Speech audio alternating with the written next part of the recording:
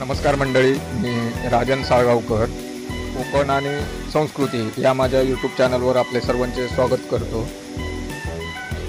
संध्याकाळचे साधारण 5:45 वाजलेले आहेत आणि मी चाललो आहे फिरायला. तर कोणत्या ठिकाणावर फिरायला जातो आहे तर आमच्या घरापासनं म्हणजे मी जिथे राहतो त्या तिथून बरोबर 4 ते 5 किलोमीटर डोंगरावरती एक मंदिर आहे, श्री मच्छिंद्रनाथ तपोभूमी. आम्ही त्याला देवाचा डोंगर म्हणतो. या ठिकाणी माझ्या बाईकने आम्ही फिरायला जातोय. तर या ठिकाणी आपल्याला कसं जाता येईल हा सुद्धा मी तुम्हाला रूट या व्हिडिओमधनं सांगणार आहे. तर हा व्हिडिओ तुम्ही पूर्ण पहा. आता मी माझी बाईक घेऊन मी निघालेलो आहे आणि इथून बरोबर 4 ते 5 किलोमीटर देवाचा डोंगर म्हणजे श्री मच्छिंद्रनाथ तपोभूमी आहे आणि या गावाचं नाव आहे अंबडपाल. हे मच्छिंद्रनाथ तपोभूमी ही डोंगरावरती आहे आणि छोटंसं एक मंदिर आहे. त्या ठिकाणी मच्छिंद्रनाथांची तपोभूमी आहे. तर या ठिकाणी आपल्याला कसं जाता येईल तर कुडाळ जुन्या बस स्टँडवर उतरल्यानंतर त्या ठिकाणी रिक्षाने जाता येईल किंवा बसने पण जाता येतं. आणि देवाचा डोंगर म्हणून हे फेमस आहे किंवा मच्छिंद्रनाथांची तपोभूमी म्हणून हे मंदिर फेमस आहे. या मंदिराविषयी मी तुम्हाला थोडक्यात काही माहिती सांगण्याचा प्रयत्न करतो जेवढं मला माहिती आहे. तर त्याची अशी आख्यायिका आहे की श्री नवनाथ ग्रंथात 6व्या अध्यायामध्ये या ठिकाणाचे वर्णन आहे की ही पवित्र भूमी म्हणजे श्री मच्छिंद्रनाथ तपोभूमी. त्याला आम्ही देवाचा डोंगर म्हणून संबोधतो.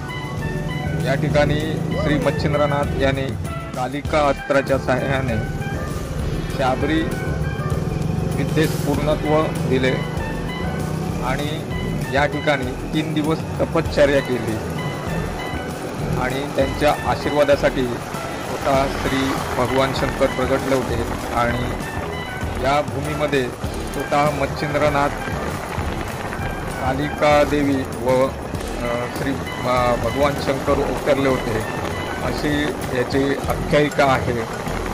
तर याची ही थोडीशी माहिती मी तुम्हाला देण्याचा प्रयत्न केला. वरती डोंगरावरती गेल्यानंतर तुम्हाला ही माहिती त्या ठिकाणी बोर्ड करून लावलेला आहे ते तुम्हाला वाचायला मिळेल. तर आता आम्ही आलो आहे जवळजवळ डोंगराच्या पायथ्याशी आणि आता आपण डोंगराच्या वर जाणारा डांबरीकरणाच्या रस्त्याने आपण वरती जात आहोत. रस्ता छोटा आहे. दोन्ही बाजूला अशी दरी कशी आहे कारण डोंगरात आहे मंदिर. आजूबाजूला झाडं झुडपं आहेत. पूर्ण हिरवगार असे वातावरण आहे. काही वेळापूर्वी तिथे पाऊस पडून गेलेला आहे. तर चला मग आता आपण वरती मंदिरामध्ये गेल्यानंतरच पुढचं बोलूया.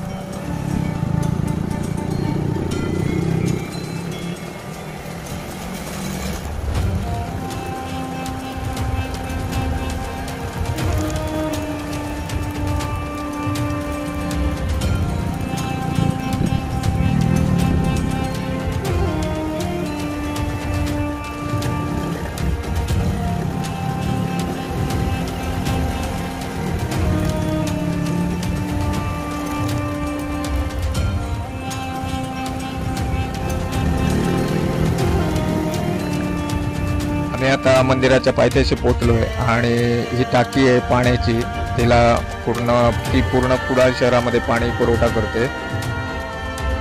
चला तर आपण चालत, गाडी पार्किंग केलेली आहे, आता चालत आपण मंदिरात जाऊया.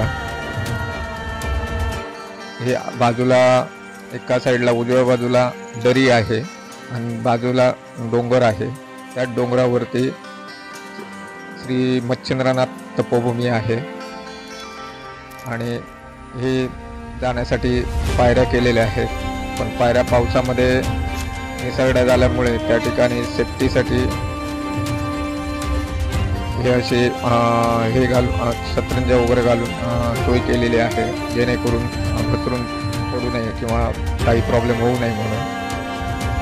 सुरुवातीलाच हातपाय धुवून जाण्याची या ठिकाणी सूचना लिहिलेली आहे. डाव्या बाजूला मच्छिंद्रनाथ, त्यानंतर नवनाथांचे फोटो आणि श्री दत्तगुरू त्यांचे फोटो आहेत आणि त्यांच्यावरती छोटे छोटे फोटो आहेत, ते त्यांच्या आख्यायिका सांगणारे फोटो आहेत.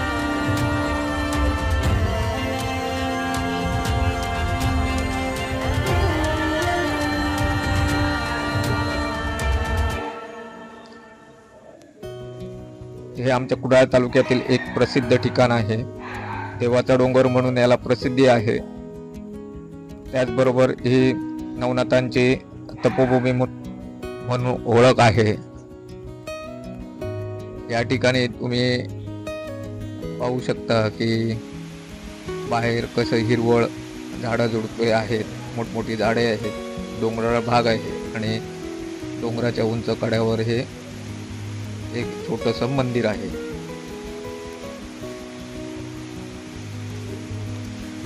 त्या मंदिरातली लाईट लावलेली आहे. तर त्याला आपण परत एकदा नवनाथांचं म्हणजे मच्छिंद्रनाथांचं दर्शन घेऊया.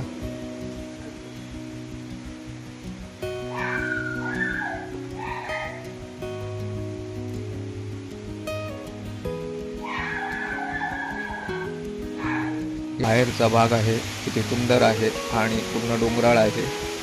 समोर जो पाण्याचा भाग दिसतोय ते आंबडपालचा तलाव आहे.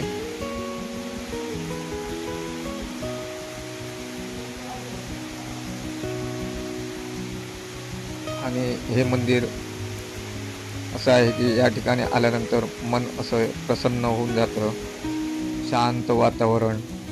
आणि मी जी माहिती सांगितली ती माहिती या बोर्डामध्ये दिलेली आहे.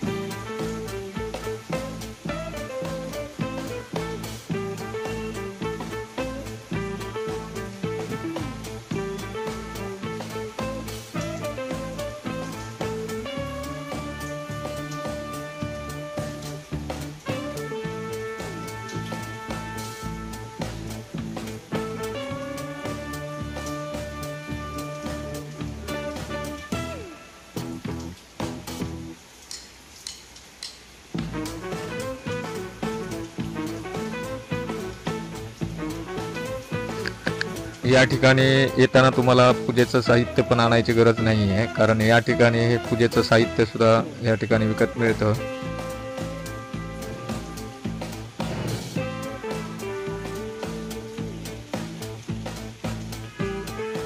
चला तर मंडळी, आता आपण बराच वेळ या ठिकाणी थांबलोय. आता आपण जाऊया खाली आणि खालचं असं वातावरण बघूया, की किती खोल आहे ते दिसतं का ते बघूया. सगळं समोर झाडी झुडपे आहेत आणि दरी आहे, पाहू शकता. रस्त्याच्या कडेला आणि समोर डोंगर दिसतंय आणि पाऊस पण पडतोय बारीक बारीक. सुंदर असं मनमोहक असं वातावरण आहे मंदिराच्या आजूबाजूला. तुम्ही या मंदिराला एक दिवस अवश्य भेट द्या.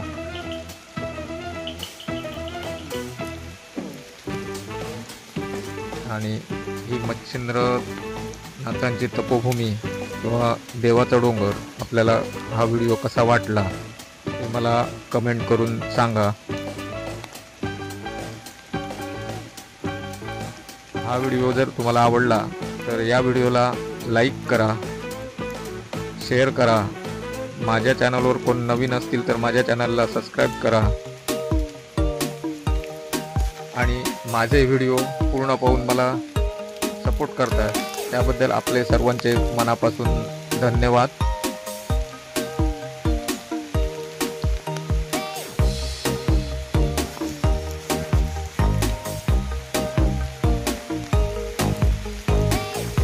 चला तर भेटू अशाच एका नवीन व्हिडिओमध्ये.